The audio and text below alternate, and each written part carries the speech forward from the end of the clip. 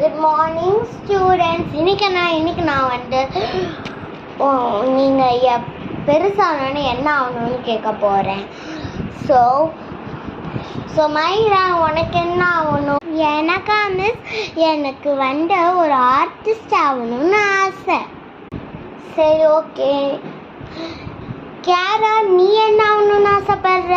நானா மிஸ், நான் ஒரு சிங்கராக போகிறேன், அதுவும் லண்டன்ல.